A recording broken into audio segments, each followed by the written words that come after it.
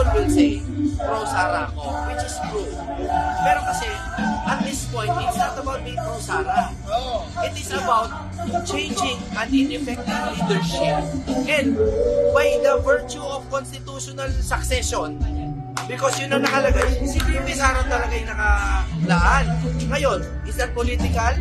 On my part, syempre, it's a bit political, but it's also constitutional. Siya talaga yung nakasunod sa pila eh. And also, that is the reason why there's a vice president. She is the spare tire pag nabutas to. So, walang masama. At sa lahat po ng hindi nagtitiwala kay Sara, bakit hindi nyo subukan?